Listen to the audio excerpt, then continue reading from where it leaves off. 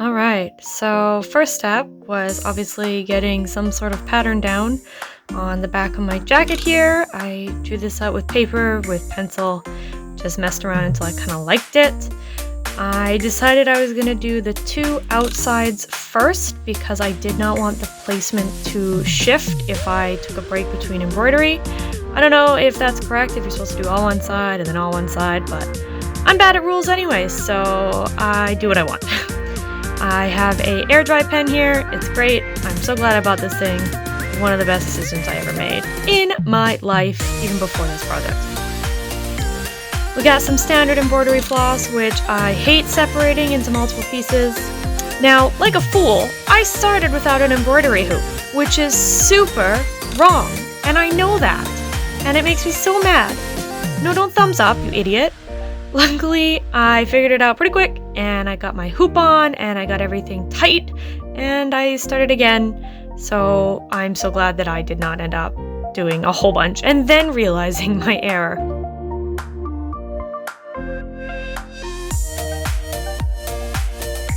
It's very monotonous, I gotta admit. I'm not a huge embroidery fan. I much prefer things that you can do on a machine, but this was absolutely not machinable, and I don't have access to machines right now because we're all locked away from each other, so that's really not gonna happen.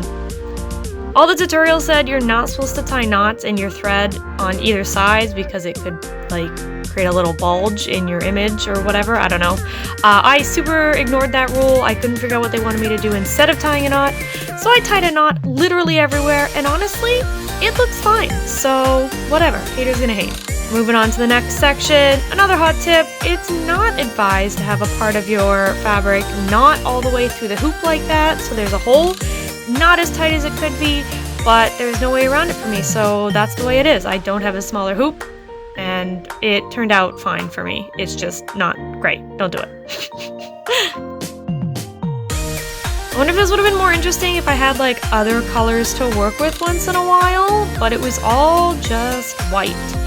I thought about doing a sparkly silvery kind of thread at one point, very Tinkerbell, but that's super not Regency accurate, and while not everything on my outfit's perfect, to that I wanted to at least try and make things more accurate, and that would be by using just a basic white. It was really cool when I started to see the proper shape taking effect. 2 lines isn't exciting, but the tip of a wing is exciting, so that was cool.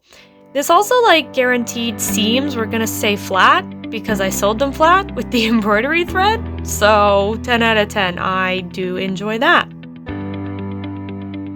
And we got one last section of this wing to do. This gets so monotonous, guys, I gotta tell you. It was days of work. This is all in one day so far, but I had to take so many breaks because I don't like this. I did it, I made it through, but God, I do not like this. Let me know if you like embroidery because I think you're a very powerful person if you do, and I'm impressed. And out she comes. There's our first outside wing. So exciting. So it's time to start the second wing. I did it from the bottom again, although doing a different side than the first time first. Not that it really actually matters. It's all the same. And here we go. We're making a corner. So exciting. I love this so much.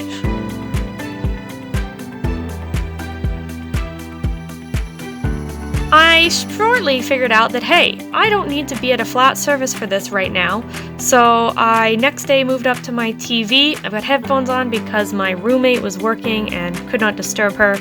I gotta be real with you guys, I'm pretty sure I'm watching Glee right now. Pretty embarrassing, but I think we've all gone back to something dumb in this quarantine time. And this time I got to skip all the music that I didn't like and didn't want to enjoy. One more Rachel ballad? No thank you, goodbye. So it was more enjoyable.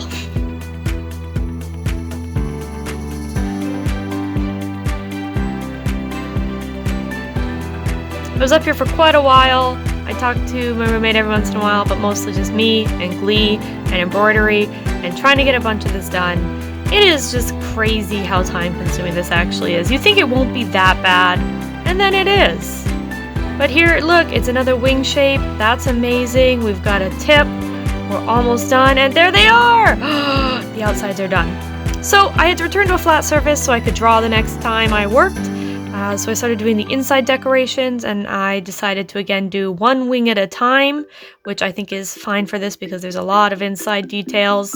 We've got my swirls that, though I had on my pattern, I obviously couldn't transfer because it's not see-through, so I had to just kind of make it up, but I think it turned out fine for the most part. I started with the secondary inside line, and then I moved on to the swirls later. So yay, I got to make the same thing all over again, just slightly smaller. I hate myself a lot, but such is life.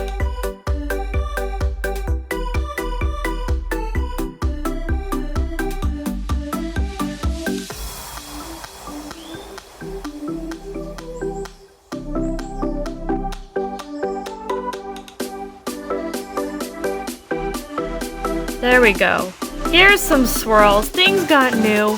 Things got different. Same action over and over again, but at least I was making a different shape, I guess. I don't know. It was also exciting just to be like slowly progressing and seeing that like, hey, I'm actually getting done.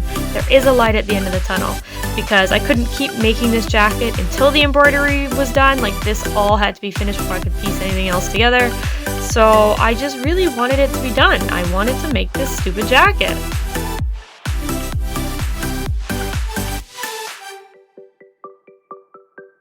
There are so many different places I had to start these swirls, like, just, I probably could have drawn less swirls, but, you know, here we are. And they ended up looking really nice. I don't necessarily regret it in the end, but I regretted it during work. So here we go, doing more of the edge, kind of doing, like, both at once, sort of, depending on what area the hoop's in. I don't know. I'm just trying to get this stuff done.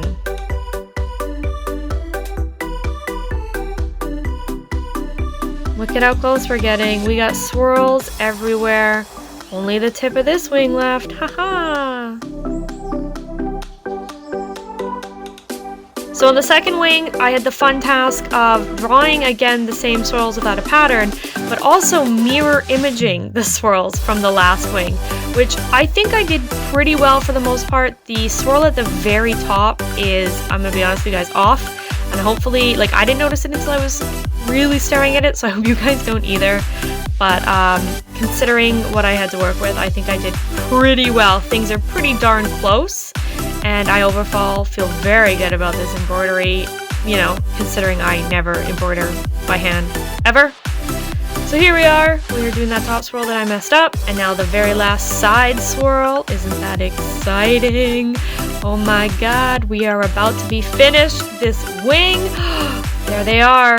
Now, I decided I didn't hate myself quite enough, and the front would be really, really plain, so I needed something there.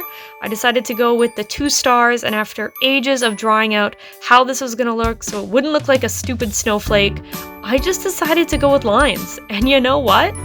It freaking worked. So I am creating the second star to the right on the front of my jacket. This took no time at all because they're not difficult, which was a blessing. At first I thought it was going to be this big ordeal, and I made it easy on myself. So that's 10 out of 10 for Justine this time. Yay! And we have it finished up. We've got a front and a back. I think they look great!